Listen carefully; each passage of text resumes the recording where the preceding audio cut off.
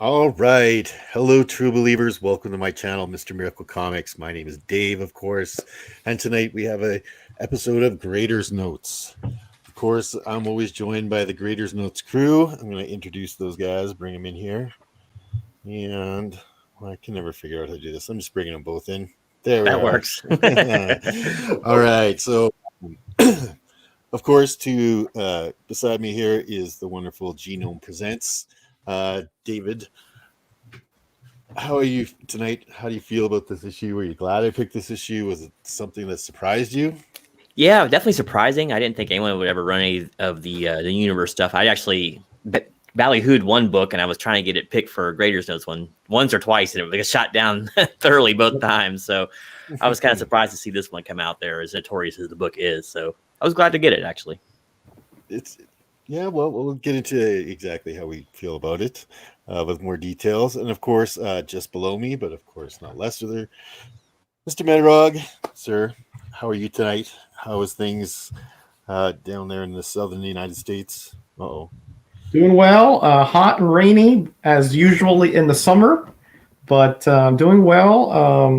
Yeah, I mean, I'm glad you picked this one, Miracle, because the new universe was, at the time was really hyped and everything. And, well, there were mixed results, shall we say. But I haven't read this issue since 1986, so I was glad to delve back into it. I know that they published like a few of the New Universe stuff in like compendiums, like an omnibus of them. But yeah, I haven't read this since 1986 either. Ooh. The New Universe, it's definitely, I've referred to it often as the new Coke of the comic book industry, right? It was so hyped up and everybody was just like, yes. And then they were like, what? Jim Shooter's Little Darling, of course, the New Universe came about in 1986 to celebrate Marvel's 25th anniversary. And they wanted to come out with a bang. Of course, Jim Shooter had been editor-in-chief at that time for nearly a decade at that point, and felt like he was fully in command of what comic books are and should be. And yeah, this was basically their lead-off comic, their gem that they were going to lead off this entire new universe, which, quote-unquote, was just outside your window. I remember that being as their expression as one of the things that they were selling us on, like nice creeper vibes on that one, huh? Yeah. And I was like, yeah, that is a little creepy now I think about it older, but yeah, supposedly it was a universe where it was it could be anyone's universe, and where suddenly all these people just got superpowers, right? So it was an entirely new universe away from Earth 616 Marvel Universe, and none of those characters ever existed. No superhero ever existed before the New Universe White event. And we'll talk a little bit more about all that stuff. So who do we have in our chat today? We have, Comic Mags Musings, he's in here. The Comic Collector, Medrog, of course. Anybody else? We only got a few people. Magic Lasso. We got Jackson Roy. There's Big E, Big Shaq, Jetson Roy Clerk. Magic Lasso. We got Mark Knapp. Doug Branton. Ken Byrne. Byrne just came in. Yep. Byrne just came in. Hello. All right. So, have we missed everybody? Anybody? Jason Richards. We've got quite a few people showing up here in our chat. That's good. I really appreciate it when people come into our live things. I don't do a lot of live stuff on my channel. Most of my stuff is pre-recorded. Of course. Sorry, I'm just trying to bring up the chat on my phone. It's a little easier. So, whenever I get a live audience, I'm always happy. I'm always surprised that anybody even watches any of my videos, let alone takes the time to, see a live show that I'm in. Who does want to make money? Come on, your stuff is must watch. Come on. Oh, yeah, right. So I think we got everybody. If I missed anybody, I'm sorry. I'm not real good at the whole doing the chat thing. I should have handed it over to Medrock. He's an expert at it. He loves that. Nah, no problem. You did fine. You did fine. But really, I do appreciate everybody's in the chat. And of course, our chat is very important to the show because you are also one of our graders, right? You get to, put an average grade in with everybody, and we spit out a number for what we do, average it in with what you guys do as well, and that's kind of where we find, if we're all on the same page about, whether we like this book or dislike this book or whatever the grades may fall, right? So we'll ask you in the chat, please give us a grade, and that's your opportunity to give us a grade between 1 and 5. Between 0.5 and 5, and on the half marks, just like CGC does it. All right, no quarter marks or pi or anything like that, please. And yeah, let's get into it. And I think I will start with Gino. Gino, I'm going to start you off on the cover, my friend. Cover is always where we like to start because that's where everybody starts, right? That's just your first look at the comic. True. How did you feel about the comic or the cover of this book? Did you want me to pull up the online version, or just do we all have the book this week? I have it. I don't, guys. I don't have it. So yeah, if you could pull it up, I'd appreciate it. I'll pull it up after I get done talking here. Okay. All right. All right. I'm surprised. Oh, look at that. They used the invisible ink in this issue, which was kind of cool. But okay, the cover. I should probably hold on, let me turn the green screen off for this. Green screen. Didn't expect that It to be looks a like problem. his hair's on fire there. I know, it was pretty good. Very animated cover. It was the New Universe. So yeah, the cover. Wow. I don't know. I get like serious like Buck Rogers vibes here. Kind of like chintzy, like low budget, outfits and all that. And then you got like I don't know, Sting hair, I guess you could say, that was kind of auteur at the time. But yeah, kind of a weird cover. There's a lot of issues with it, man. Let me just start off by saying I'm not really a fan of it. It looks like he's falling, not flying. Is he supposed to be flying? I'm assuming flying because he does fly in the book. But it looks more like he's falling here. Like he just got dropped out of a UFO or something. He's plummeting to whatever planet this is because it's so lazily rendered. Who knows what that is? Venus, Neptune, Pluto, what? I don't know. There's some sort of that could be Deimos from Mars right there. But they did put the impact craters, and I guess it's our moon. Whatever the case it is, it's pink and it's way oversized, and he's falling into the earth. Some interesting splatter backgrounds, a little less like spaced out than most of them. I'm not sure if that's a good or a bad thing. I'm not really a fan, other than the insignia, the Starbrand insignia itself. I'm not really a fan of the trade dress too. It looks very 50s science fiction kind of look to it. And I've always liked that New Universe header at the top, though. I think that was always pretty sharp.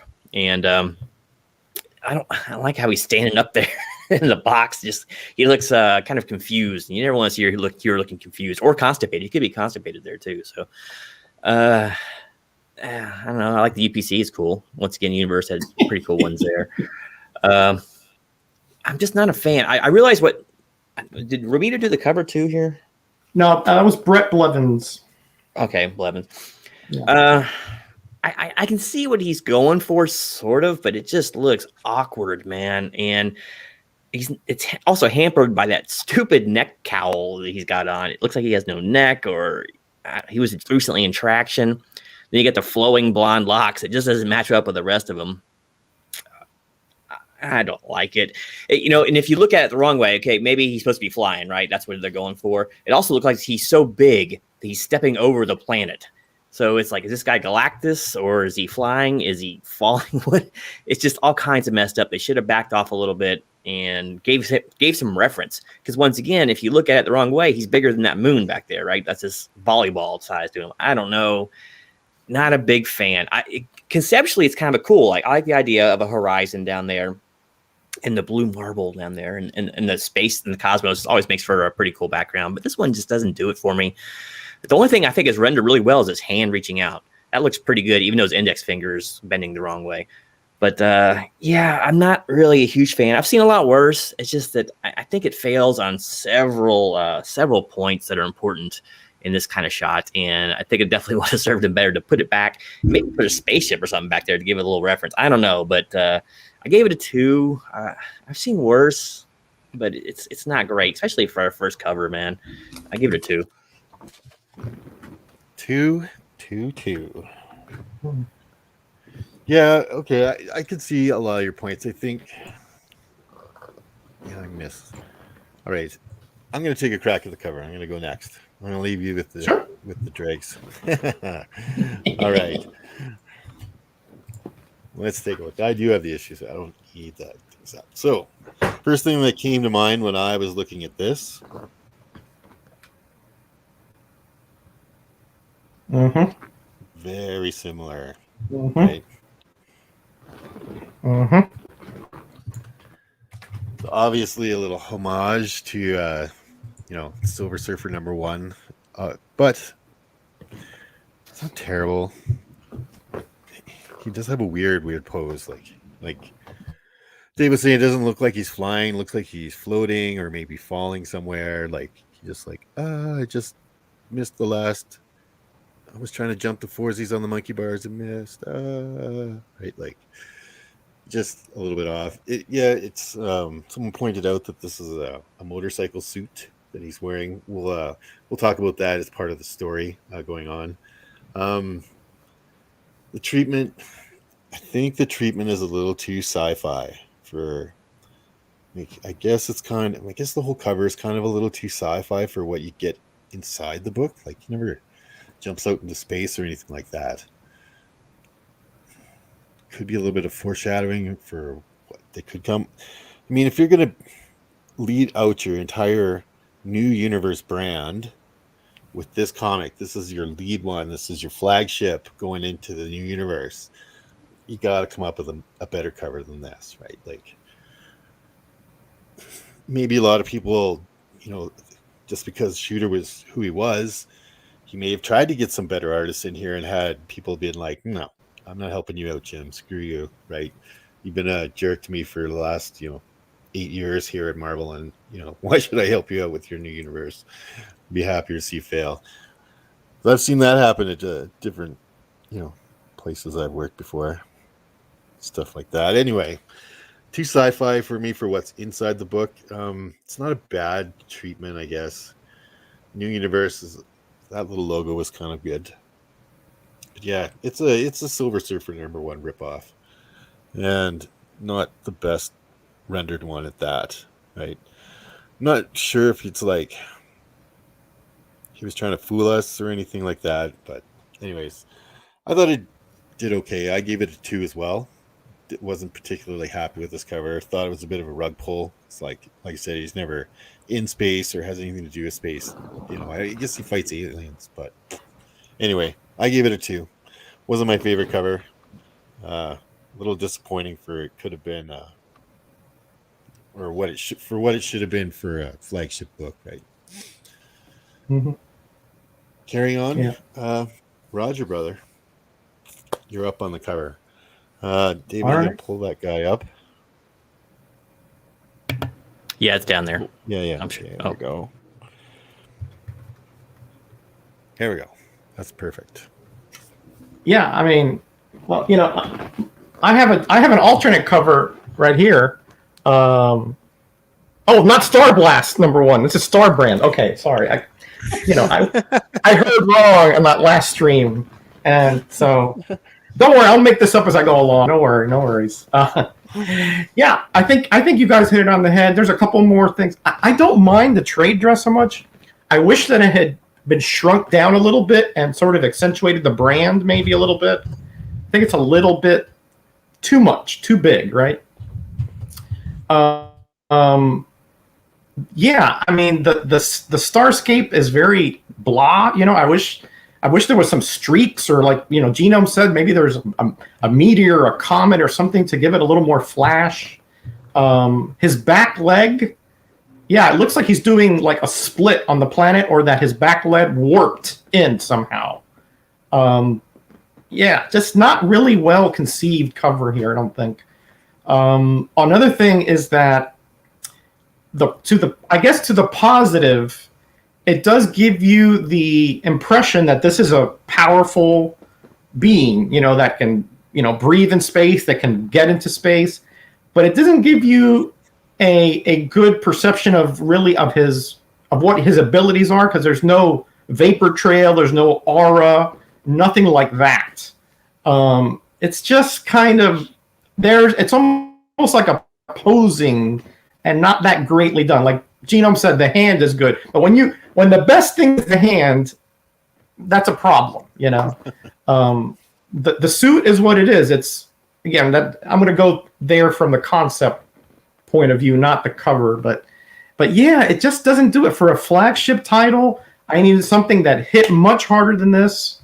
Something with a better cover artist. Brett Blevins is okay, but considering you have a whole Marvel stable of artists, you could get a lot better than this conceptualized cover. So I'm with you guys exactly. I gave it a 2. It's not terrible, but it's not up to par for a first issue flagship of a whole nother universe. When you think about it in those terms, it should have been something that is a 4 or 5 falling off a tree, and it was nothing of the sorts. Yeah, totally. Couldn't agree more, sir.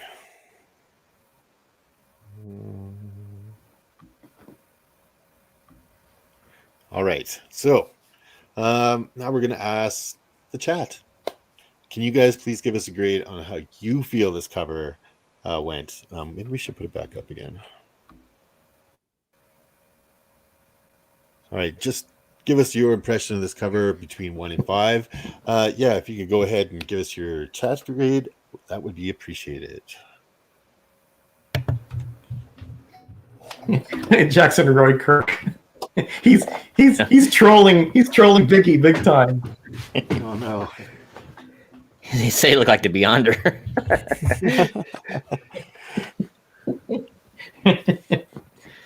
Oh man.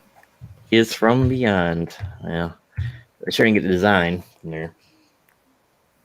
It's funny too, if he's in space, would his hair really be like that? Wouldn't it be just Miracle. flat against his skull? Oh, yeah, I know. Yeah. It's got the definite like feathered hair, 80s feather. Yeah.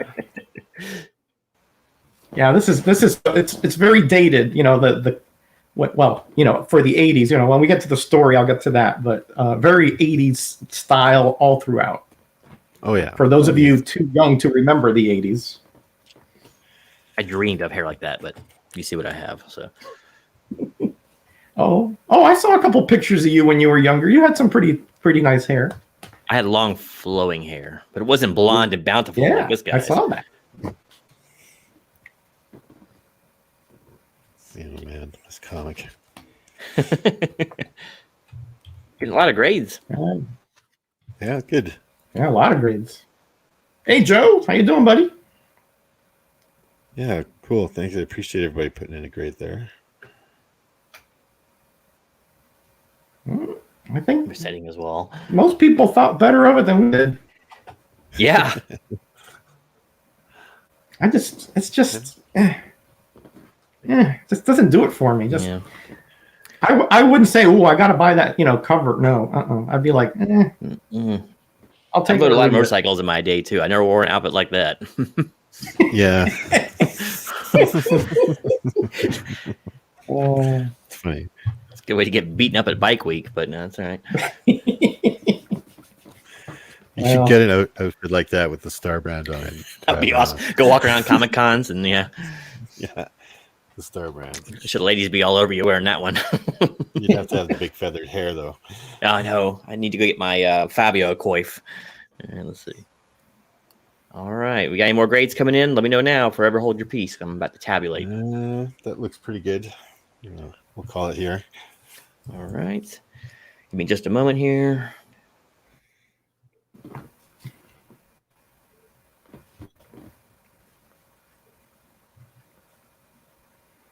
Okay.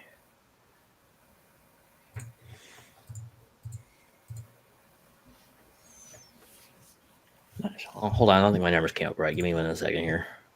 Just gives it a Spectacular. Roger, can you read them off to me? I might have. Yeah, absolutely. Sorry. We got a 1 from Russ.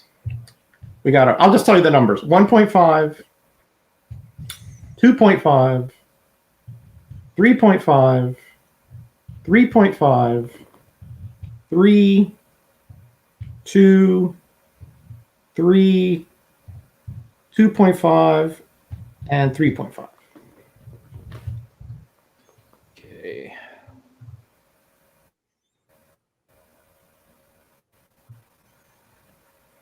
We had a 1.5 from Biggie. Did you get that one? Well, I come in about 2.5 grade overall. It's 2.6. So Super S gave it a Okay. 1. I was making using a 2. Yeah. yeah, He that's didn't like rough. it. He didn't like it. It's a lot of people don't like it when, like, it's hard to tell here if he was trying to do a homage or if it was just a blatant rip off. You know what I mean? Of Silver Surfer #1, because there's just no way. Yeah. Like, look at the two of them together, right? Yeah.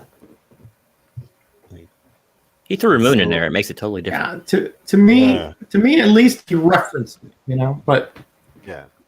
I don't think it's a direct homage. No. Anyway, let's stick with the art, right? We had a little bit of a disappointing cover by everyone's opinion here. Nobody gave it a 5 on our scale. That's for sure. We got no 3.5 5s. was They high. Batman #1. They get banned from chat if they do that. Yeah. Yeah. That's, Let's go in reverse order, and we'll let Metarog. We'll let you start off with the interior art since you ended last time. Yes. okay. Sounds good. Yeah. We'll pull up the interior part here. Okay. I'm not going to go into too much depth here, honestly, with the art. And let me just go. I know he has a lot of fans, Romita Jr. I am not one of them, not in any way, shape, or form. His father was one of the very, very best, one of my absolute favorites. His son is one of the absolute worst to me. This comic lacks so much detail. He has these weird straight lines, like nobody bends anywhere. And if you keep going here, like this one here is okay. That's not a terrible splash. His close-ups are okay, right? When he gets a real close-up, some of them are okay. Like look at the angle of that where he's going up that the side of that hill there, and then on the next one he's over the hill. Physically, it just doesn't work. He's going backwards. How can he be going over it? There's a lot of those kinds of physics problems here, right? But the lack of detail, I mean, it really gets to me. See that far bottom right panel with the shaded eyes, that's pretty effective. I think that's pretty good, right? You see that there's no pupils. You see, obviously, he's not human. There's something up with this guy, right? So go on to the next page. Okay, I see why he did the monotone here to sort of show that this is a flashback or some dream or some memory that he's recalling from when he was unconscious. And in the story they say about that he's learning consciously or something. But okay, that's fine. But look at the face down there on the bottom right. It looks very cartoonish to me. It's just a weird kind of triangular face there with a little bit of a rounded chin, and that the hair lacks a lot of detail. I mean, he puts detail where I don't think it should be, like so much line work, and then he lacks it in other areas. Some of his backgrounds, to me, a lot of this comic looks very unfinished to me, or rushed. I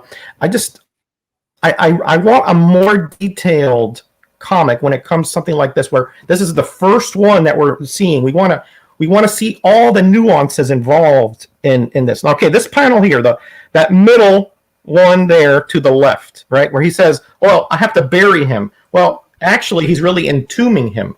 But can you really tell what he's doing there? It looks like he's lifting a boulder or something, but it's just not very clear. It's just very kind of unfinished to me. It's like conceptually, it's just not well done to me. Keep going. Keep going to the next page. Yeah, that's okay. You see, again, the straight lines, the weird straight lines that he draws on the figures. It's just odd. It's just odd to me. Keep going. Okay, now look at the bottom right there. Again, his face, it looks a little bit deformed to me. It just doesn't look right. I don't know why. It just, to me, it just does not look good to me. His faces, some of his are good, but in this case, I think he rushed through it. It's just like he just put a nose, the eyes and the mouth, and there's no other detail, no cheek lines, no nothing. Yeah, that alien is pretty cool. It looks more like Carmen Infantino kind of alien to me, but it's okay. Keep going. Yeah, that's a pretty. That background there is not bad, and that big scene up there where I think it's a train car or something that he demolishes there. That's pretty good, but again, it's a shimmering effect. There's not a lot of detail. You don't see any distinctive parts, right? It's just kind of more floppyish or blobbish, or just not descript. Yeah, that's okay. He's got some Kirby crackle there. That's okay. Again, there's a lot of very vague backgrounds here. It's just not very well focused, for a lack of a better term. I'm going to finish up on in a second, guys. Again, I really like the way he did this lady here, Duck. Right? Look at the next page, and you can see a close up of her face. I think it's on the next page here. Oh yeah, it comes later on when he goes back to her. That's his other layer. That one. That's a well done face there.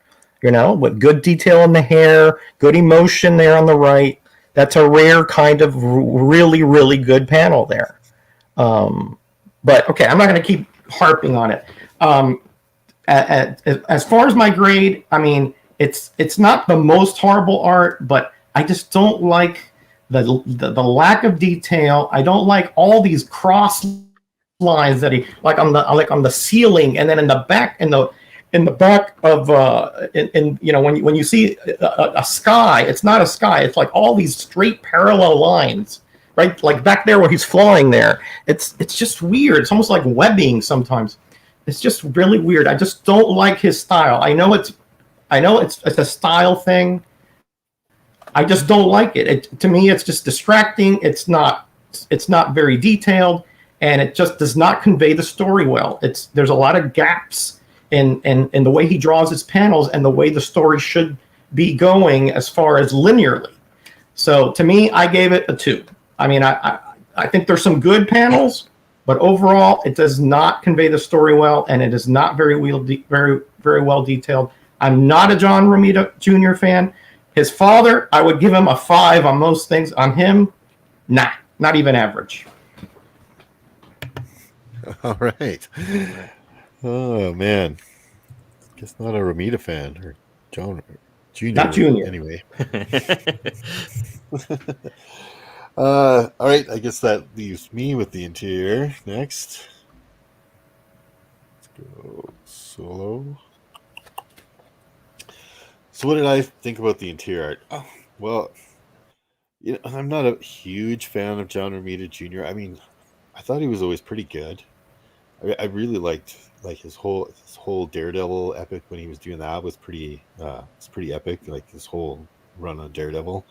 This wasn't bad. I mean, it's pretty. I love those splash pages. Right, that's a pretty awesome splash page. Yeah. Right. And yeah, I get what you're saying. Like, there's lots of lines, but I don't know. He either has these like really kind of clean faces and then these weird lines everywhere. He's really good on doing a lot of crazy backgrounds and stuff. I think he's, I've always thought of him as a little bit about above your average comic book guy art. Anyways, like I said, I was a big fan of that Daredevil. There is some like wonky panels in here and some weird stuff going on, odd perspectives. And you're right, like sometimes it just doesn't seem necessary to put all those, what are they, speed lines or something in there? Cross hatching that he does. Yeah. Well, there's a advertisement for the new universe right there. Oh, get it. Those are speed holes. They make the cars go faster. Yeah. That's right, speed holes. Boy, you must have been pissed if you filled this out and sent in it for a subscription for all of these guys. Before I got a year, man. They're going to be worth $1 million. You put my kids through college. Right. Some of these panels are pretty epic. Right. These are cool. The battle scenes are always good. Just good fights and good explosions, and I like this one where he's like blowing up the whole junkyard. I like the interior. I thought it really fit well. Definitely, he puts in like contemporary haircuts on everybody and everything, of course, right? Trying to make it seem like it is like, what is this girl's name? Duck? Yeah, she's got some real, Pat Benatar kind of hair going on in there. Remember? Yeah, not. I don't think he did a bad job of things. You gotta. I know some people are really big fans. Some people are just like you, Roger. They don't like him. He's one of those guys you got to have a certain taste for, I guess. Maybe I'm on the fence about him. I'm like he's done some really good stuff, and I've seen him do some really good stuff. But maybe the Starbound one isn't my favorite. Maybe he was just getting pissed off with not really wanting to work with Jim Shooter, right? Not really wanting to put a huge amount of effort into it. I think he did. There's some cool shit. Some cool stuff. Yeah, that's pretty good. That's pretty good. Right? He's got some good ideas going on. When he busts up that guy and like kicks him off the planet. Yeah, I don't know. I gave the interior art 3.5. Right? I wasn't opposed to it. I thought he did some pretty cool stuff out there. That's pretty cool, man. It's a cool battle scene. Conveys a lot of action. It looks to me like he's really straining to lift that. Like, cause it was. I guess we can't really talk about the story part, but it's kind of a lot of his powers are based on his emotions. So when he's really scared, his powers were kind of failing him. So it looks like he's struggling to lift the stuff up. I thought that was good. So yeah, I gave it a 3.5. I thought it was a little bit above average. I thought, I've seen better from Romita Jr., but I've seen a lot worse too, right? So yeah, I gave it a 3.5. I thought the interior was pretty all right. Oh yeah, we gotta get the rest of you guys back here. I forget. Gino, how do you feel about Mr. Romita Jr.'s artwork? You're on mute, my friend. You're on mute, buddy.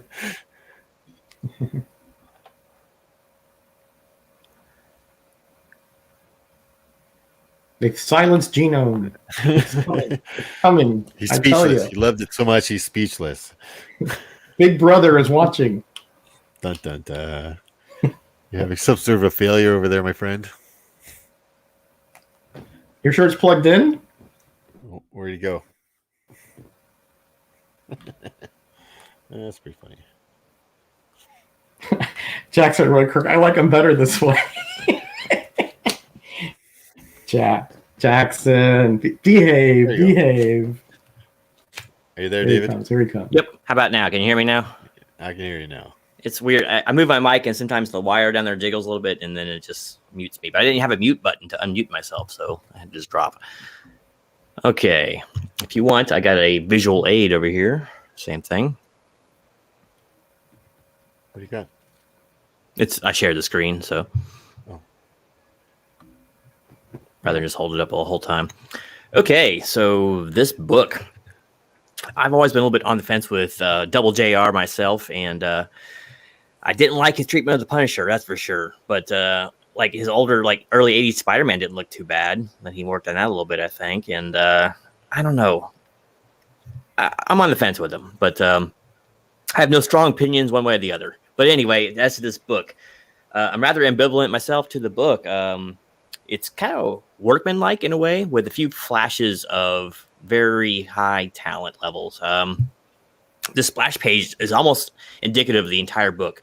Very, very cool way to start it off. And when you really start looking at it, you realize that's a locomotive he's picking up. It's like very cool Superman vibes. And I think the locomotive is rendered very, very well. I like the shading on it and the shadowing and the nice straight square lines. It looks good how it should look. And if you look really closely, his feet are like buried into the sand. Looks like it's pushing him down. It's so heavy. So it's pretty cool. But, for every plus in this book, there seems to be a minus. Like there's some really lazy, like, train accessories back here. He had to put some, like, radio waves coming off of the dishes for whatever reason. I don't know why that is, but the character himself, he's so bland right here, and his head is askew a little bit. He looks kind of blocky. It doesn't look like he's actually making contact with the train that well. Like, he should have made it, and I don't think he's doing it, but he should put some like ripple lines where his hands are. Like, he's actually just crushing into the metal to hold it, to give it a little more effect. But he's very indistinct there. He has even under the nose. And this book, there's a lot of that in this book. So let's go ahead, and I'll try not to rehash stuff too bad. Keep this face in mind here. This is just one example of, that's a medium face in this book. And there's some really bad looks on his face. Like, this right here is just awful. Medrog pointed out, it's like Sunday morning cartoon at its worst, right? It's just terrible. But then you get down, where's my scroll bar? There it is. Where would he go? I want to know who took over the art right here. He looks amazing here. And it doesn't look like him. Actually has kind of some Thor vibes to him without his armor on, but he looks very cool there. And it's like, he doesn't look that cool anywhere else except for on this page. So it's like, did someone else kind of take over here?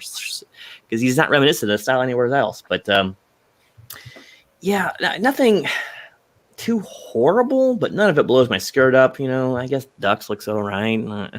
She has definitely that we will be invincible kind of look to her. But speaking of Pat Benatar, but everything else, man, yeah, it's non-distinct. Like, the bad guy, you never get a good look at him. And we got a Ken doll right here. It just does. A lot of it doesn't look finished. I do like the organic weapons that the alien carries around. And he does look different. But I don't know what's going on with her eye there. I think it's a miscolor or something there. But I thought she had like an ogre eye or something going on here. Let's see. Yeah, I think it's a miscolor there. But whatever the case may be, it was kind of dated but cool at the time. But the alien himself is kind of indistinct. Kind of technically, I guess, if you see his fingers and stuff. But you never really get as much as you see him, you don't really get an idea of what he looks like. Now, whether that's intentional, I don't know. But, like, so is he just like a giant tentacle in this suit or whatever, and that's the only thing that gives him his form? I don't know. I mean, I guess it'd be kind of cool. It's your imagination in the wild. But I don't know. It's just okay. I give it 2.5. Yeah, there's a couple of cool panels like this. Most of this page actually looks pretty good. But it's not like that the whole way through. And the more mundane scenes are pretty bad, man. And there's even some weird angles on stuff. Like, there's a house that's slightly tilted for whatever reason. It's not like an establishing shot for something bad can happen. It's just tilted off. Now, I don't understand that. That's like a movie thing. It's okay. Nothing exceptional. Nothing too bad. Except for some of the faces are pretty rough in this. And Roger's right. Sometimes the action's a bit muddled, but it's nothing you can't deal with. And I kind of dig stuff like that. That's kind of cool. But it's just workmanlike. 2.5. Not his best, not his worst. Just gonna, I guess, meet it right in the middle. Okay. All right.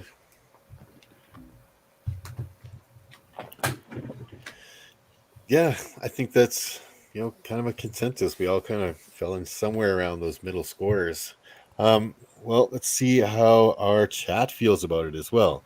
If everybody in the chat could give us your grade between 1 and 5, how did you feel about the interior art of this story? Here, we'll put it back up so you guys can take a look at some of the stuff if Dave wants to scroll around.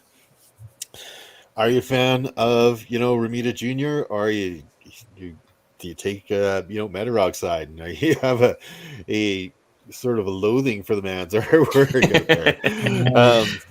Anyways, if anybody could give me a chat grade, I would really appreciate it. We would all really appreciate it. Join in with our review here. Oh, getting some low scores already coming in. Well, medium scores. His Spider-Man run was, I would say, okay. It was better than this for sure. Daredevil was good. I remember there was a lot of good stuff in Daredevil. Daredevil was okay. Again, it kind of fit, that, because at that time there was like a lot of mystical kind of stuff going on. It kind of fit that way.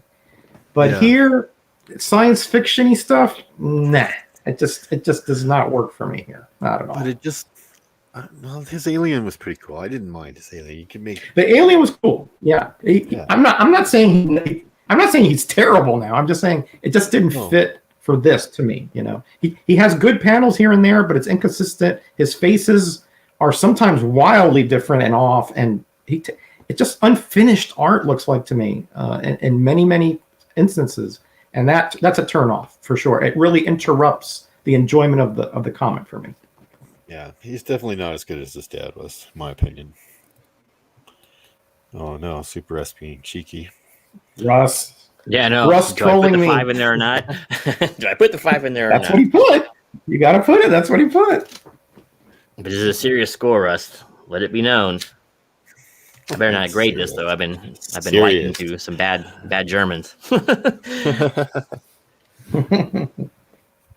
right. I think that's all we've got for chat grades. It's your last chance, Russ. Are you sticking with the 5? Oh, are we gonna show the next book now, or are you gonna wait till after the end? Let's set up this chat square and we'll show it now. Yeah, we'll show after that.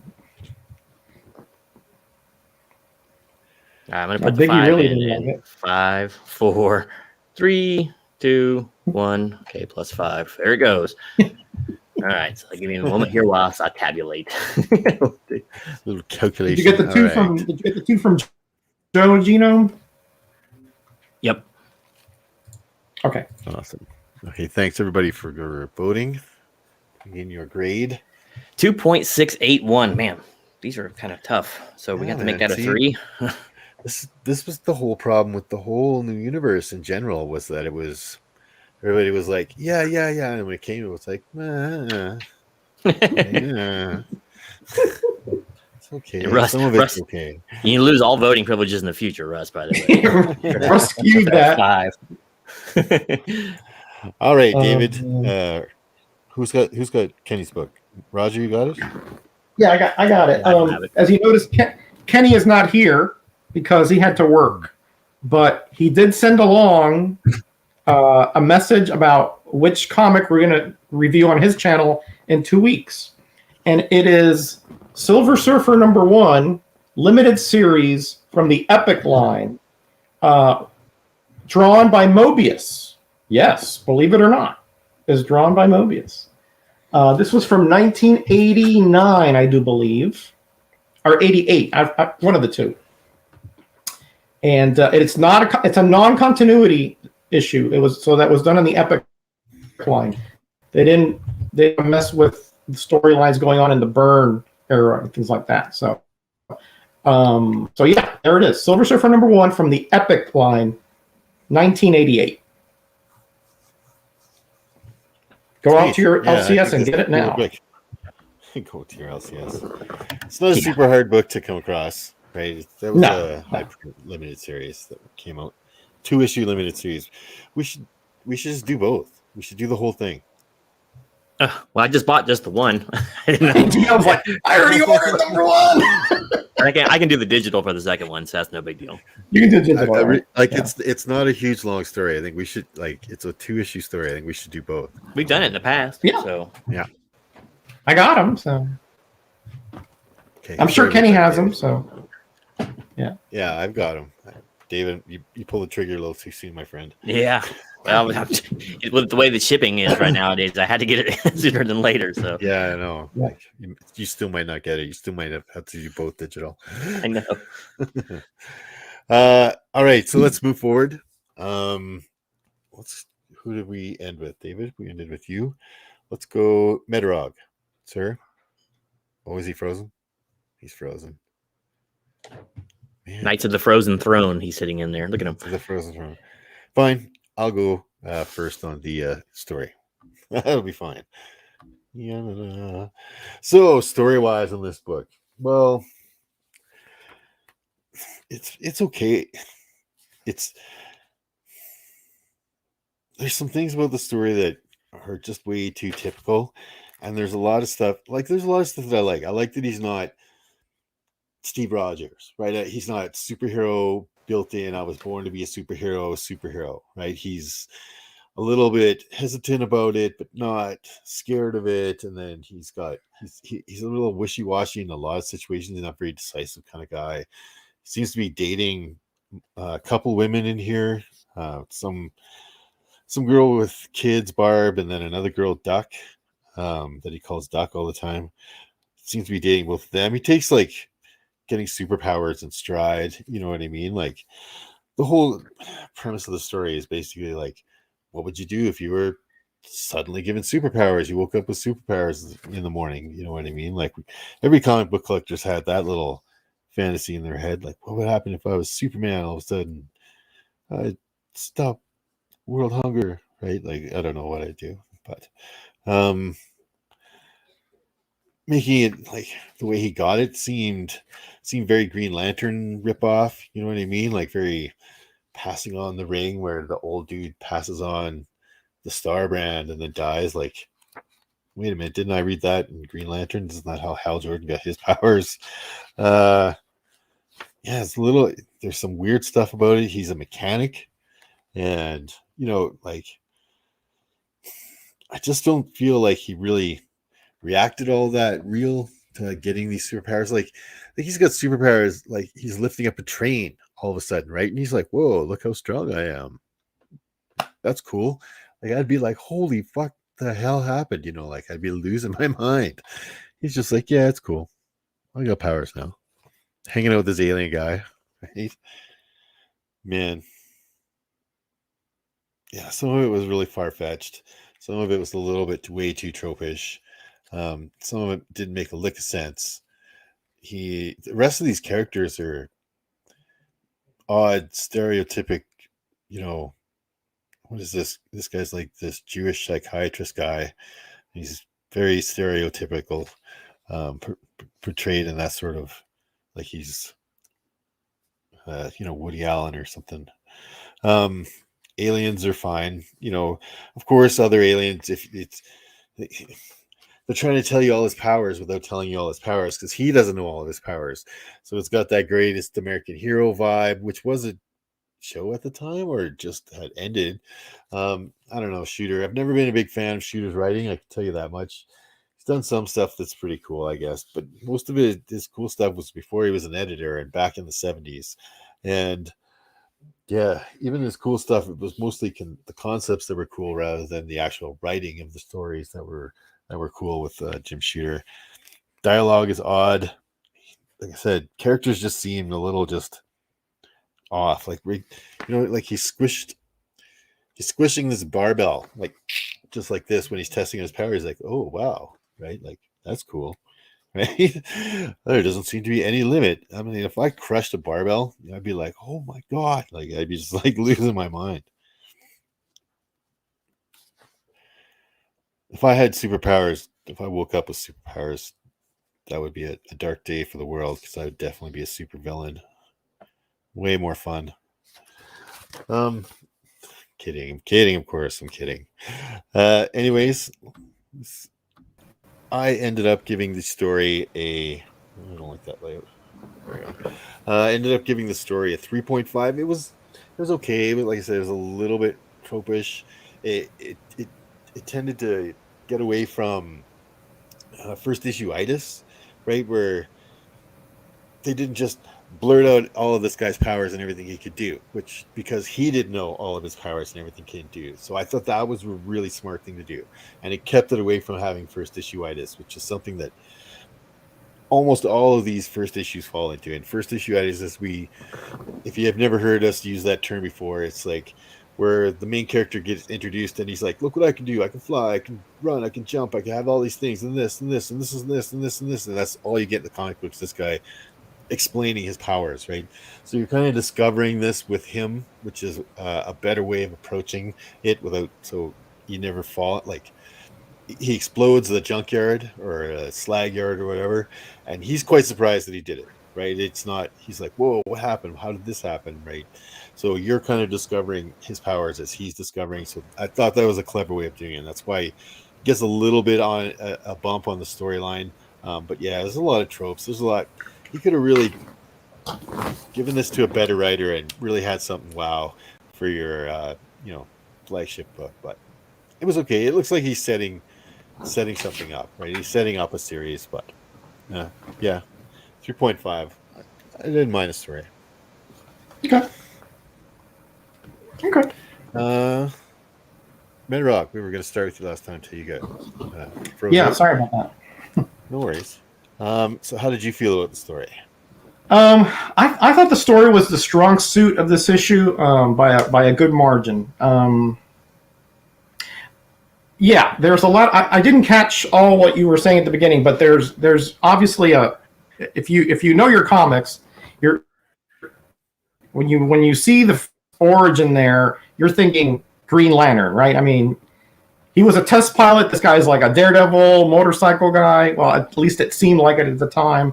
And it's on his on his deathbed, he transfers a power of great, immense potential, and there's a lot of mystery behind what it does. You didn't have time to explain it all, and he himself is, almost like just bereft of any kind of knowledge about what is occurring to him, because he was knocked out and he was going some kind of mind meld or something that will eventually elucidate him about what it is that is going on with this power.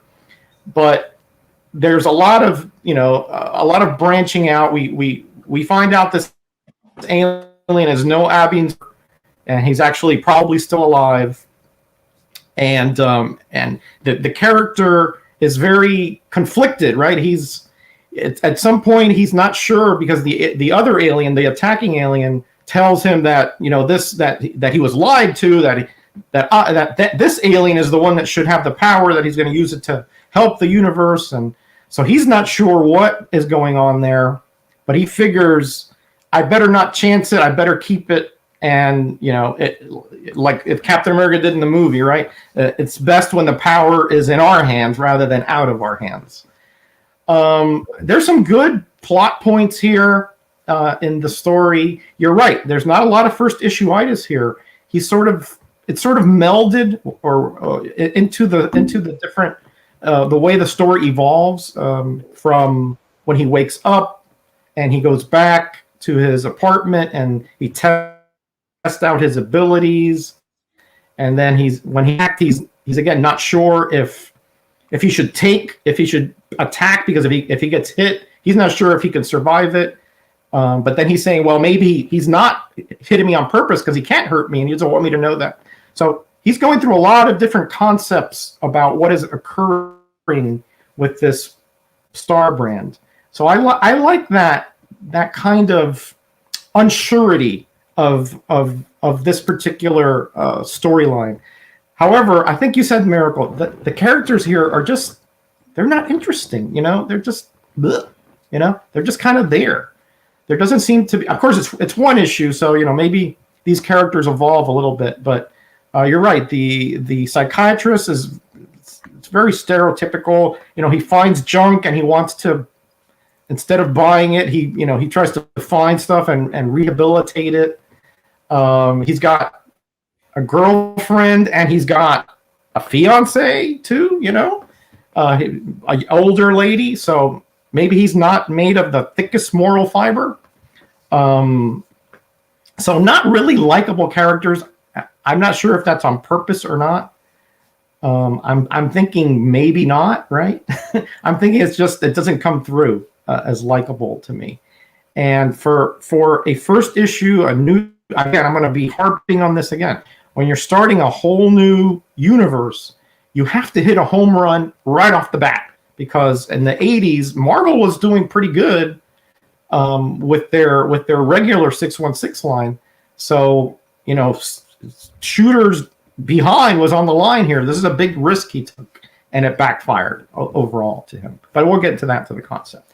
But I thought the story was not terrible, not bad. It kept my interest. I mean, the art, I was like, ugh. But the story, I thought it had a good flow to it. It had some logical conclusions. He was very uncertain. He's kind of wishy-washy. That's coming through.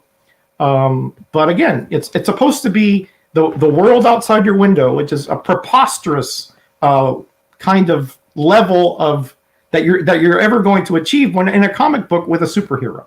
It's just not going to happen, right? But nobody else has power, so he doesn't know anything about how to handle them. So that kind of did come through in the comic. I've been talking too much, guys. Overall, I thought this was the strongest part. I gave it a 3, and hinging on a 3.5. If it wasn't because they were just like there. They were just two-dimensional, right? But otherwise, I think Shooter did the dialogue is just average, but I think the story, the way that it evolved, was semi-interesting. So I give it a 3. 3. Yeah. See, I landed right about there. I thought it was had some good points. Like I could see it was setting something up and something that could turn cool. But it just there was I agree. like that psychologist guy. He was almost like borderline racist, you know. Yeah, that was uncalled for. Yeah, that was uncalled for. Someone was asking about Galactus in the chat. This is like an original painting that I did. It's acrylic medium and epoxy resin. Well, it's beautiful, gorgeous. Anybody was interested, how it came. But let's move along. David, how did you feel about the story? Was this was the first time you ever read this book one, right? Yep. Did you buy it you didn't buy it in 1986 at all? I bought it in 2021. Wow. So fresh eyes on an old story, a polarizing story at that. So how did you feel about it? How do I feel about this? A lot of how I feel about the story kind of reflects on how I feel about the rest of the book. It's workmanlike. And this one's almost even more than workmanlike. It's almost like a template. Like this is like number 1 comic book 101, or how to build a new comic book character 101 in the basic sense. This is the first year of the courses of writing, right? So before you get into the big sweeping epics and amazing like dissertations of comic book characters, you start out with blank and turn them into a block instead of just a slab of wood. If that makes any kind of sense, probably not. But it's really basic. The story is really basic. There's no twists, there's no turns in there.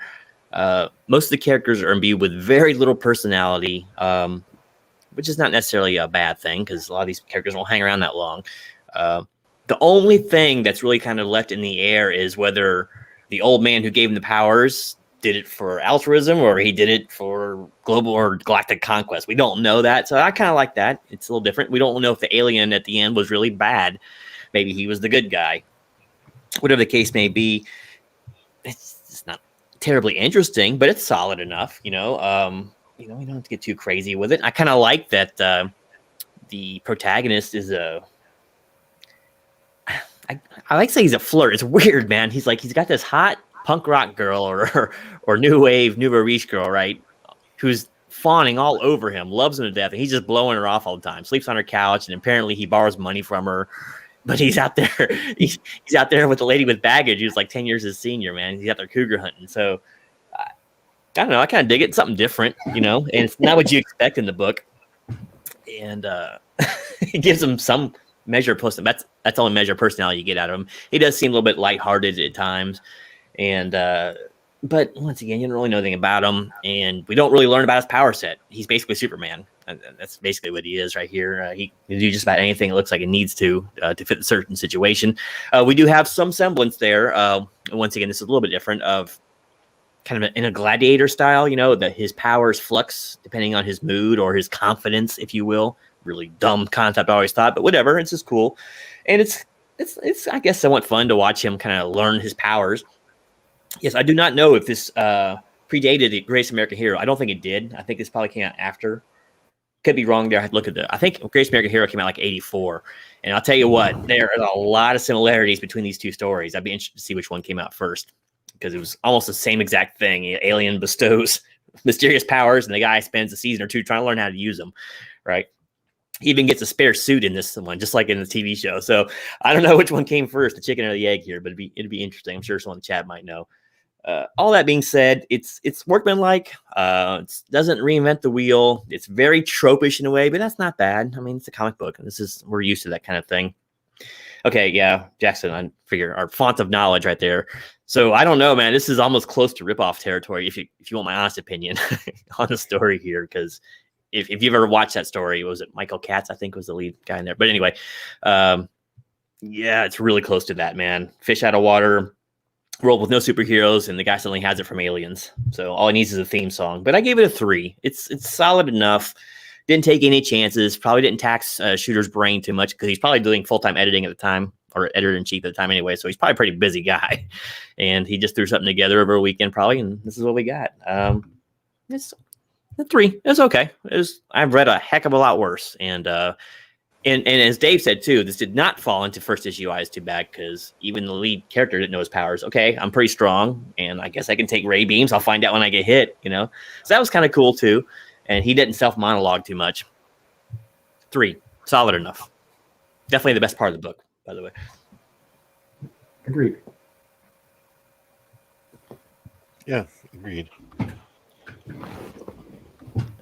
I like the story. I thought, definitely, like you said, there's some fucking borderline rip-off stuff from Green Lantern and shit in there, right? It's come on, Shooter.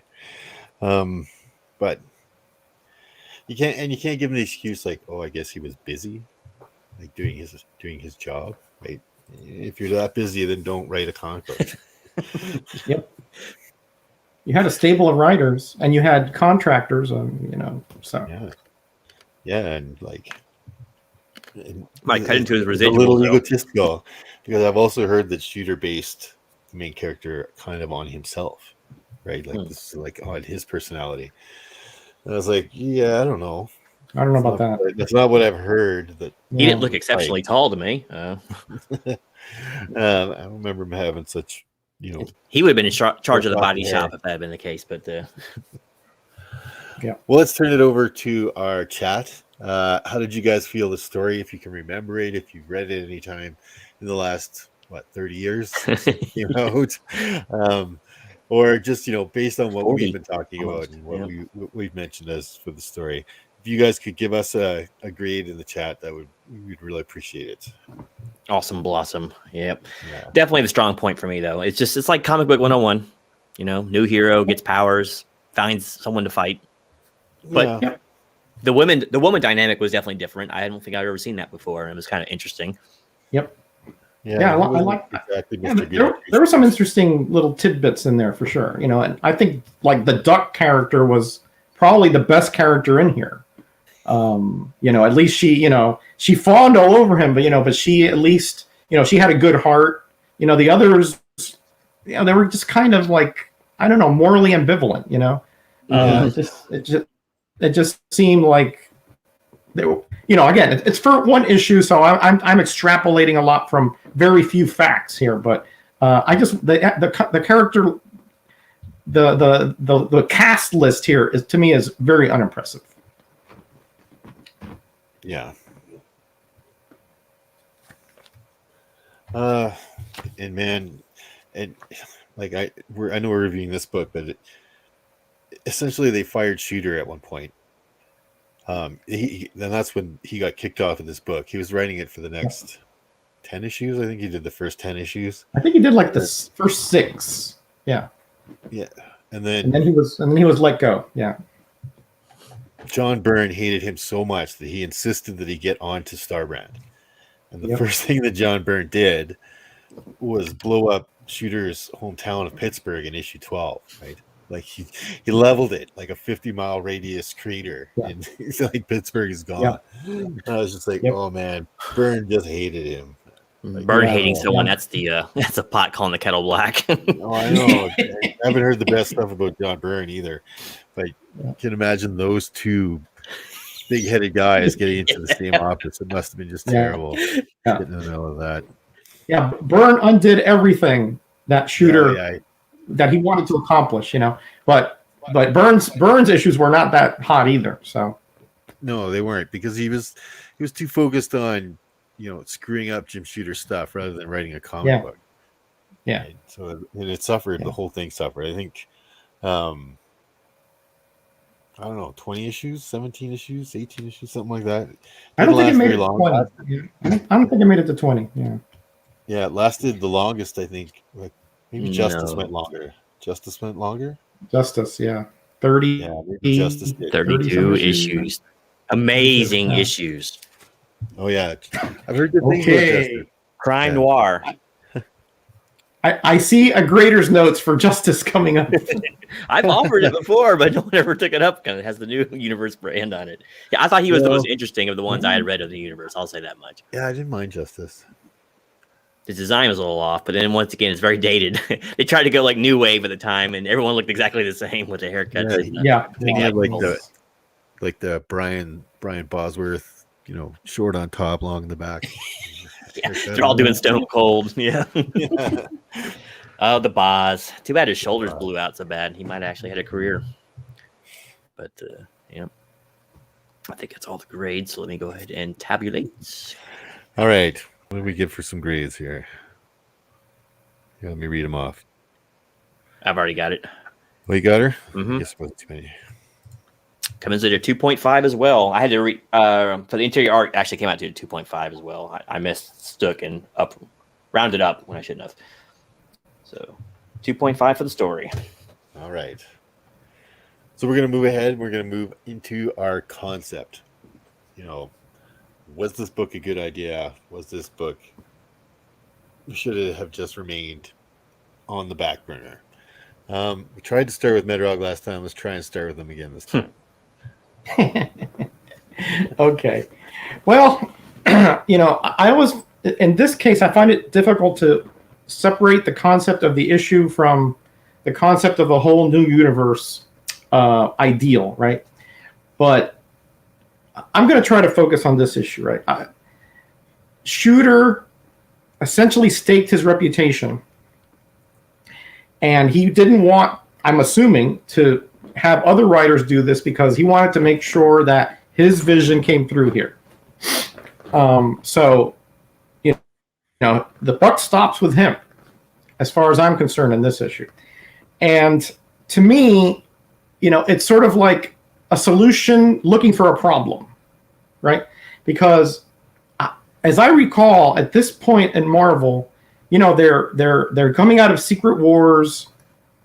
Everything is hunky dory. They got really good storylines on a lot of the titles. The direct sale. I was working or helping out in a comic shop right around this time, and man, we had lines all the time, on New Comic Book Day. And then this came out, and we had tons of copy left over, tons of them. I mean, I remember one time the quarter bin, you could have that new universe banner, you just could have flipped right through, and you could have gotten whole sets of them.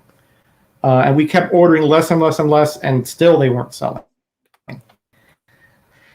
I'm going to try to focus more on this issue. The character, it's difficult for me to say this, but it's tropish in a very unique way, right? I know it's oxymoronic, but I think he's trying to come up with a character that has appeal to the Marvel universe, but yet not in a Marvel universe. And it's sort of like a fish out of water kind of thing. The whole concept of the universe being, where you can see out your window, it just, to me, was ridiculous. I mean, for a comic book, that's not what we want, right? If I wanted to see what's on my window, I'll put down the blinds, right? Why do I have to put down my money to buy a comic with the same view or the same perspective? So I never thought that was a good marketing ploy. It just didn't work for me, and obviously the results show that it didn't work. As we were talking, he hired, 6 months later or so? I mean, they gave it a little bit of time to ride. But even in this comic, the character was at best average, and at worst, not even that. Right? It had too many similarities to Green Lantern, with the moral ambiguity of a character and those very two-dimensional supporting cast. And the art, to me, was just not up to snuff. Not when you're talking about an issue that has to be a home run. Let's make that clear. Has to be a home run or you are fired, okay? And it was, at best, a double, closer to a single. So I kind of applaud his courage, but it just, I don't think he read the tea leaves correctly on this one, and there's any better characters with the similar kind of powers or of people around him, of universes around him that are much better in DC and in the 616. For this to come out, as soon as people read this, they're like, nah, there's no way I'm getting into this. So I gave it a 1.5. I just think it's a real mistake. Shooter was, as we know, he was a little bit of a hard head here and there, and I think a lot of people were telling him, hey, is this really necessary? Is this really something that we have to, stake your reputation out on? But a lot of people, I think, wanted to see him go, so maybe they propped him up and said, yeah, it's a good idea, and hoping it would fail, and it did. So I gave it a 2 initially, but I just don't find it that strong a concept at all. So I put it 1.5. Wow, that's the lowest score of the night, I think, isn't it? Yeah. Didn't like the concept, eh? All right, David, we're going to roll over to you, brother. How did you feel about the concept of this book? All right, so hold on to that fleeting victory there, Bedrog, because you're about to lose your lowest score of the night. Concept of this book, like, if you separate this from the whole New Universe brand, it might change things a little bit, because it was kind of I don't want to say a sweeping, but it was a big infusion of new books and characters, right, into the medium, which is a little bit stagnant at the time as far as new creations, right? I mean, they were reinventing a lot of old characters, but as of new properties, there weren't a ton at this time. So I can give some props and kudos to the overall theme of the New Universe, right? And to kind of depower stuff a little bit and make it a little more workmanlike, if you will.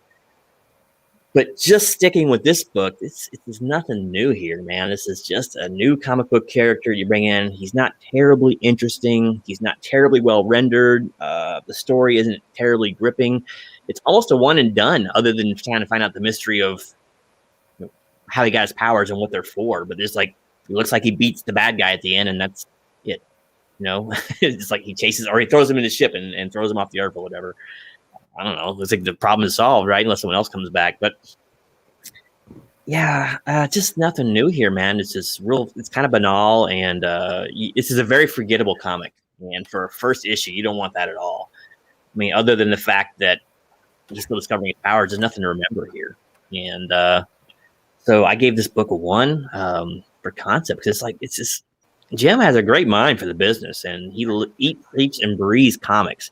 He can do better than this, and if this is going to be your flagship to start your whole New Universe run, man, you better make it memorable and big.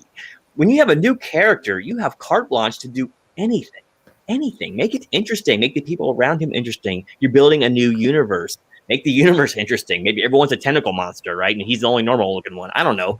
Whatever the case may be, you have a whole world of opportunities here and possibilities, and it's so rote, I actually knock off a point just because he made it so rote, when he could have made it a lot more interesting and in depth. And heck, he could have built up his powers a little more slowly than you did, instead of him basically getting full control of it by the end, and him whooping up on the bad guy. Make it to where it takes a couple issues for him to fully power up or something. He's got to soak up more cosmic rays. They love cosmic rays in Marvel, right? So to get fully powered, I don't know.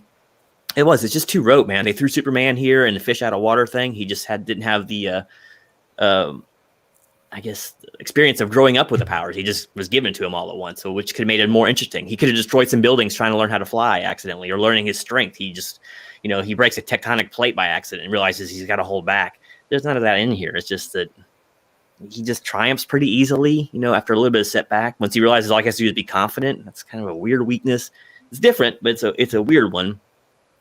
But there's just nothing new here. It's just, this is once again cut and paste superhero into trope a situation and then call it a day. But this is a new book. This is a new property. This is a whole new flagship series of books, and it comes in with a whimper, man, instead of with a roar. So I give it a 1. Like I said, it's probably almost 2 material. Maybe 2, not 2.5, not anything close to that. But I just ding it so hard because you have that much creative license and you just choose to do something so banal. It's almost unforgivable. Come on, Big Jim, you can do better than that. So give it a 1. 1. Yeah, there it goes. There's the lowest score.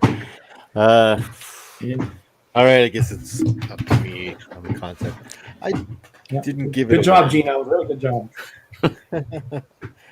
I didn't give it a 1. It definitely didn't get my highest score of the night. I thought the concept was pretty good. Like, what would you do if you just suddenly woke up with superpowers? I mean, like I said before, this is like every comic collector's daydream, right? Like, what would I do if I woke up with superpowers? And I'm sure lots of other people that enjoy movies and whatnot have all had this. And obviously, Jim Shooter had this little daydream of his own, right? So that he could change it into a comic book. I know, like, the whole concept of the Star brand, right? Like being transferred, that's pretty much just like Green Lantern's ring. Like whoever has the Star brand gets, the powers. And even though Star brand, the comic book, was eventually discontinued, the Star brand never went away. The Star brand exists in Marvel 616, right? There was a storyline with the Avengers in 1000 or 1 million BC, and a Tyrannosaurus Rex had fought aliens, and he had the Star brand, right? And he got transferred it to someone else who got it.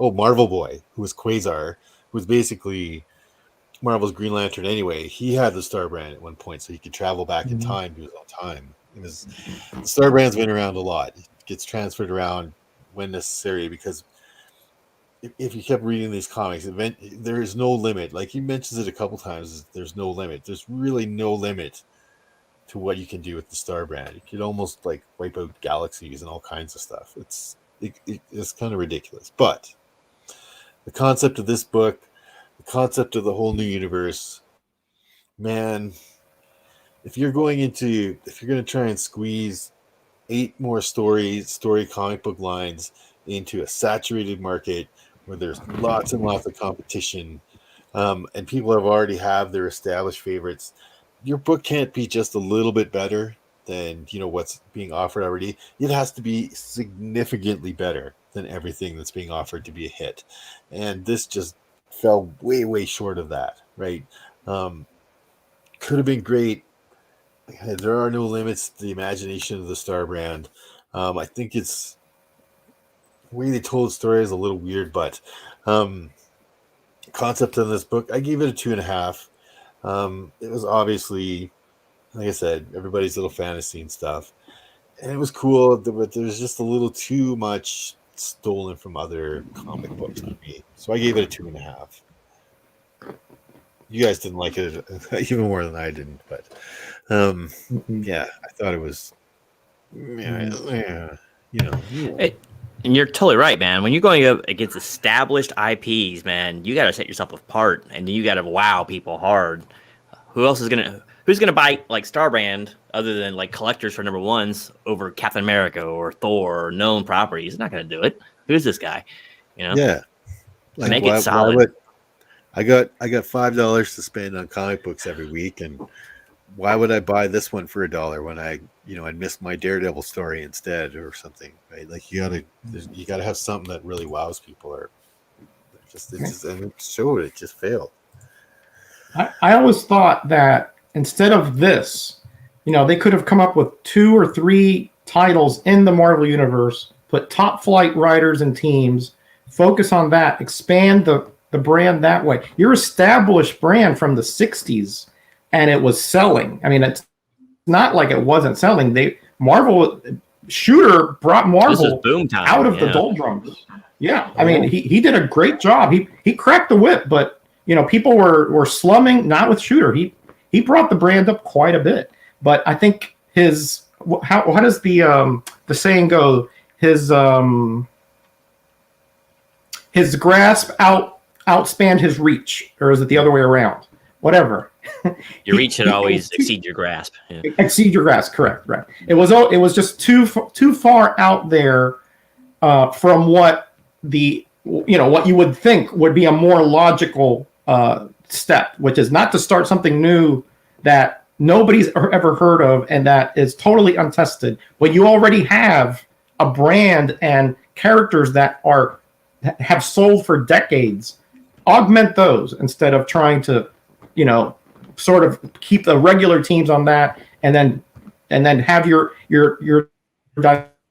talent more diluted by starting another universe. It just didn't make sense to me.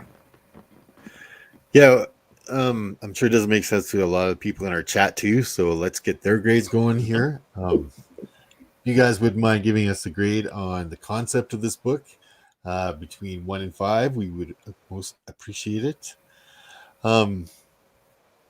There's a whole lot of stuff that was going on with Shooter right around this whole Marvel Universe thing. It's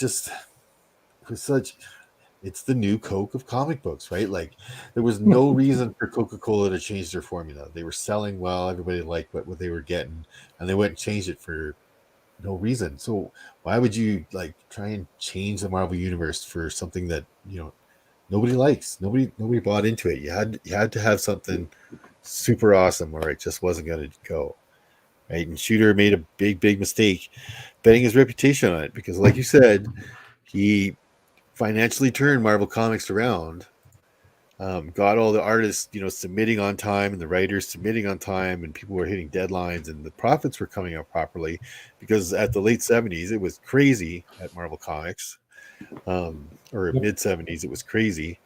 And mid 70s, editor after editor after editor, in and out, and sometimes in a matter of weeks, they were changing editors there. He straightened everything out. I'm sure all the owners and shareholders were happy with what was going on. But once he dropped this, and it was such a big bomb, and it cost so much money, I'm sure, because this was you can find this book everywhere. This was such a high print run, right? Like they probably printed as many of this as they did of Amazing Spider-Man in that same month, which was their biggest title, right? Plus, and that doesn't include, they printed the heck out of all of those things. So, like you said, they went into 25-cent bins. Retailers stopped ordering them altogether, right? It was a huge failure for them, and he got fired for it. All the artists and writers can complain all they want that he was a jerk, but he was getting stuff done, so that makes shareholders happy. They don't care if you're a jerk to get it done. Get it done. But once you fail on the money end, they axe you now. Well, plus you can get mad at the guy that turns your business around, but if it ain't for him cracking the whip, your door's going to close and you ain't getting paid. So hell, Coach might have got you to the Super Bowl 3 He got a little too ambitious. Ago, but you lose the next 2 seasons, you're out. Mm-hmm. He just got a little too ambitious, and he didn't have a lot of friends, that would have his back, so to speak. I'm speculating there based on hearsay, but that's what I heard. And so when you're that ambitious and you're failing, the people are not going to come to your rescue. They're going to say, tank them, and that's what happened. Yeah. They're gonna push you over the edge. Yeah. I'd like to see him get back into comics, though. Talk about a fiery trail of destruction, man. Whew. But this seems like a concept that should have been introduced in a book somewhere, like an Avengers book or something. The Star Brand. What is the Star Brand? And make it like a John Galt thing, and you can just let it go for issue after issue and let it jump around to different properties. I think that'd have been cool, and then maybe launch the series then.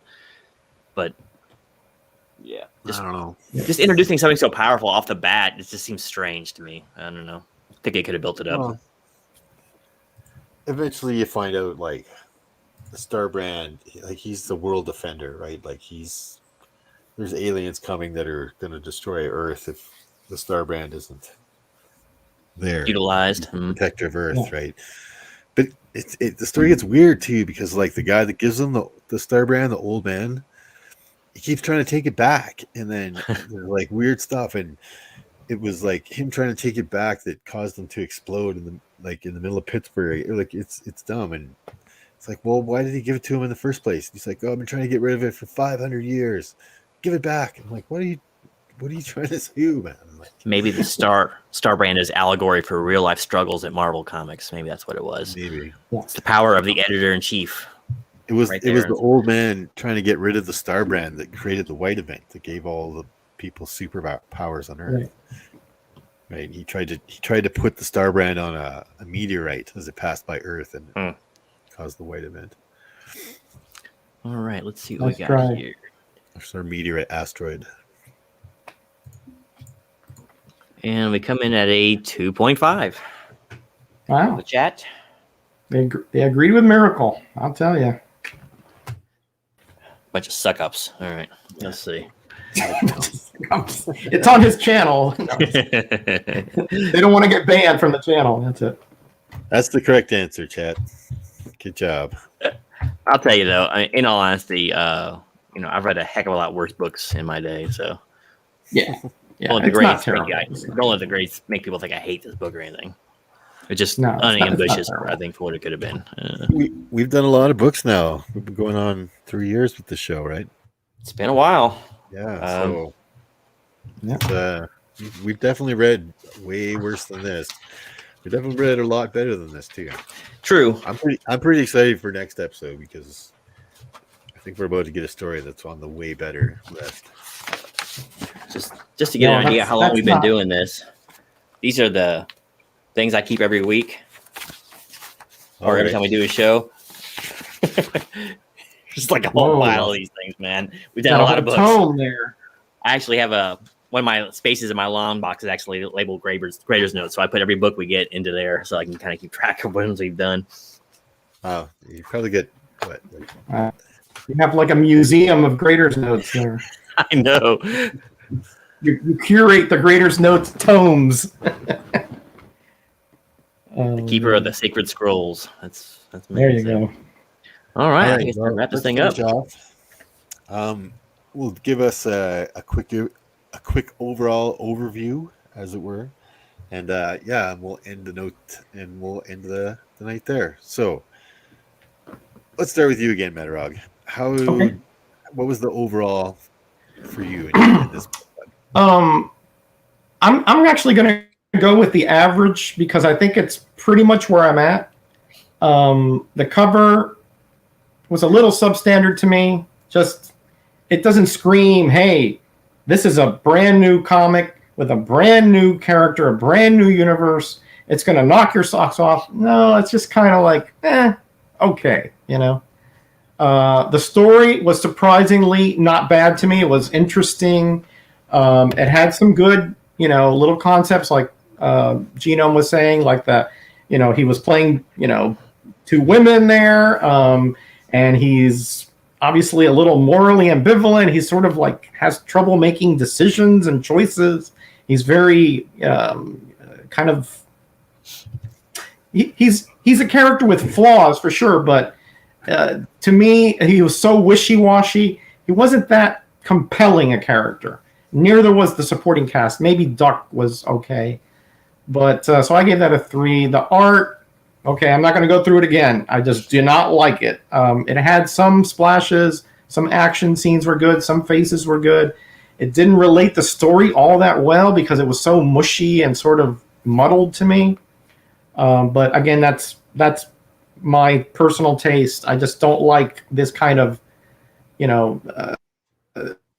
just cross-hatching where there's sky stuff. Just didn't work for me. It just was distracting as heck to me. So I gave that a 2. Concept, we just went through it. Just next to disastrous, just very tropish.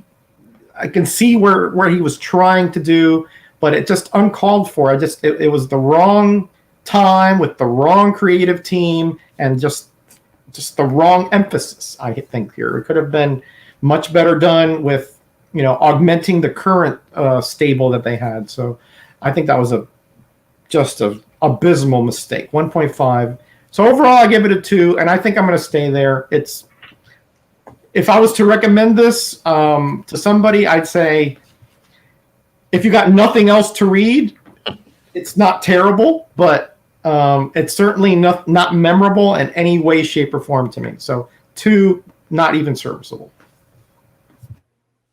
Yeah. Ouch. David, how did you feel about your overall on this guy? Well, I'm pretty much in the same boat. I actually let math do the deciding for me. So, and I kind of agree where it landed. For the cover, I gave it a 2. It's just there. I don't know. The more you look at it, the more I find things wrong with it. And that's not usually a good sign. Usually you try to find cooler things, maybe you miss. But every time I look at this thing, I seem to find something else that just seems a little off about it. But it's not horrible. Like everything else in this book, there's nothing horrible in this book. But it's just not great. So I gave it a 2. For the interior arts, I gave it a 2.5. A little bit stronger in there. It tells a decent story with pictures and all. Some of it looks unfinished and rushed, and some of it looks really good. It's uneven. It's uneven, but it's not bad. It's just, once again, very workmanlike. I like to use that word tonight. And serviceable. That's a 2.5. For the story, my highest mark was a 3. It's tropish. It's mostly unimaginative, but it's solid enough. It doesn't try to be too pretentious. It just kind of gets to the point and does what it does. It's got some interesting aspects to it, but nothing that's like, revolutionary. It's pretty bad though. Like when everyone keeps mentioning ducks, no one keeps mentioning the main character. So you have a girl that's in like 3 panels of the book. We find her more interesting than we do the actual main protagonist. So that's not indicative of a good protagonist there. So, but I gave it a 3. It checks most of the boxes for a comic book story, especially a new launch. But it sure doesn't try for anything too overarching. Maybe he's going to build a whole universe on this whole Star Brand thing, and make it be all encompassing. But I didn't really get that out of this first book. Whatever the case may be, 3. Concept, I just gave it a 1. I'm separating it from the new universe somewhat there. It's like the flagship of it. If you're going to launch a flagship, it better be memorable. It better be big. It better be bombastic, or at least better be deep and have a really interesting story. It's got to have at least one, if not both of those things. And I don't think it did that great a job at either one. So I gave it a 1. It was pretty weak. You got carte blanche to do whatever you want with a character. Make it memorable. Don't bring Superman in. Don't merge Green Lantern, Superman, or Quasar, or whoever, matter manipulators, all into one thing. It's just not a good way to start. So I gave that a 1. So overall, the math worked out to be exactly 2.0, and I agree with that. It's not a bad 2.0, and it's just, I don't know, it's just there. It's a very forgettable book. The whole property wasn't too memorable itself, and there's worse ways to spend 50 minutes of your life reading this book, but it doesn't do anything egregious, and it doesn't do anything great. So, I mean, it's either a 2.5 or 2. I'm just going to let it sit at a 2. I probably wouldn't recommend this book to anyone except for hardcore collectors, and especially not to like noobs. This is not a way to turn someone on to comics with this book. So, 2. And I think that's pretty fair. Fair enough. No, it was pretty fair. All right. Overall, one of the things I always say, like, would I recommend this for someone to read? I doubt I'd recommend it if I saw somebody was at a dollar comic show and they had this in their stack. I wouldn't dissuade them from buying it, and reading it. Right? It's like you said, like if it's something you reach off the top of the pile and you give it a read, you might be like, yeah, it's okay, right? It's not something that I would actively seek out. Yeah, kind of weird. Definitely. This is going to be dollar bin fodder forever. Nobody's ever going to really give any Star Brand love out there. Yeah. Terrible. I wouldn't recommend any of the new universe. Well, so true. Some of the stories were not too bad, but I think like a good point, like you're saying, it's so unmemorable that like if Kenny was here, Kenny was born in 84, obviously. So this book came out when he was just a toddler, and he didn't even know about it. Right? He's a pretty prolific comic book character or collector, and he didn't even know about the new universe. That's how unmemorable they were. The comic book collectors from our era, just like, yeah, we don't talk about that. Right? It's the Edsel of comic runs. Yep. Yeah. We don't know what you're talking about. That never happened. It's that creepy uncle that you never want to actually admit exists. That's right. He's the Uncle Fester out there. I went outside your window. Yeah. Anyway, so for my overall, like I said, it was okay. It gave it a 2.5. I should be giving this like as that flagship book for the new universe. I should be giving this 5, but no, I'm giving it was serviceable. It got the story told. It was okay. Characters were okay. Everything was okay. It wasn't like great, you know what I mean? Like it didn't annoy me, but in the same token, I wasn't really wowed by any of it either.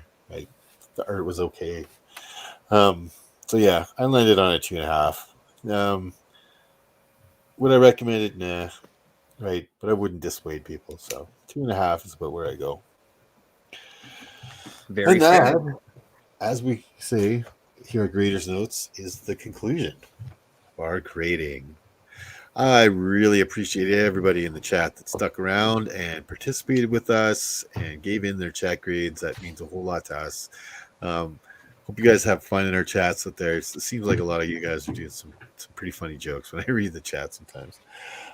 Anyway, remember next week, we're going to do the Stan Lee Mobius Silver Surfer limited series, which was 2 issues, and the story is called Parable. Right, so that's what we're going to do in our next one. Yeah, there it is. That's the see that back cover there? There's a compendium that has that cover instead of the thing. So we're going to do both issues. We're going to do the full Parable story. It's not super long, so it should be good. No, it's not. It's not. It's a shorter read. Yeah. Cool. Anything coming up on either one of you guys' channels you want to talk about? Midrog, you had the roundup. Had the roundup today. Next Thursday, I might do a quick room tour, just sort of in the progress room tour. But we'll see. We'll see how much I want to get the rest of the sketches and paintings up, and then we'll see. Cool. David? Same old, Busy same with old. your other channel? Yeah, basically busy with the other channel and editing for other people. I did release a how to prep cheap kind of video just for fun like a week or two ago. So there's that if you want to check that out. But yeah, it's still nothing really going on in the channel. So If you want to it's still gaining hang out subs though. tomorrow? Huh? I went right to my Dollar General, Genome, and got all the stuff. I'm ready to go. Did you? Ready to go. Did you? Good man. You're ready to ride out any storm now. But yeah, I will be doing Friday Night Hangouts tomorrow night at 8:05 Eastern Standard Time. So be there or be square. Nice. Fabulous. And of course, we'll have another undervalued video tomorrow from me. Yeah. Any hints? Who give any hints on any of the characters or books? No, you'll have to wait. Ah. I have to wait. Mostly because I haven't. No spoilers. I'm still a little bit undecided between a couple of them myself. Anyway, no previews. And before Starbrand hits his next video, so Yeah, I can give you that preview. It definitely won't be this book. you didn't get the good. You got the newsstand. I just look at that. Oh wow. Yeah, I paid You got the rare premium for copy. that, probably another 5 cents for that newsstand copy. All right, guys, it's been really fun hanging out with you. I really appreciate you guys coming on my channel Likewise. doing the greatest notes. Always It's a been really pleasure. fun hanging out with our chat. Of course, everybody again, thanks again for hanging out. And yeah, we're gonna end it here tonight.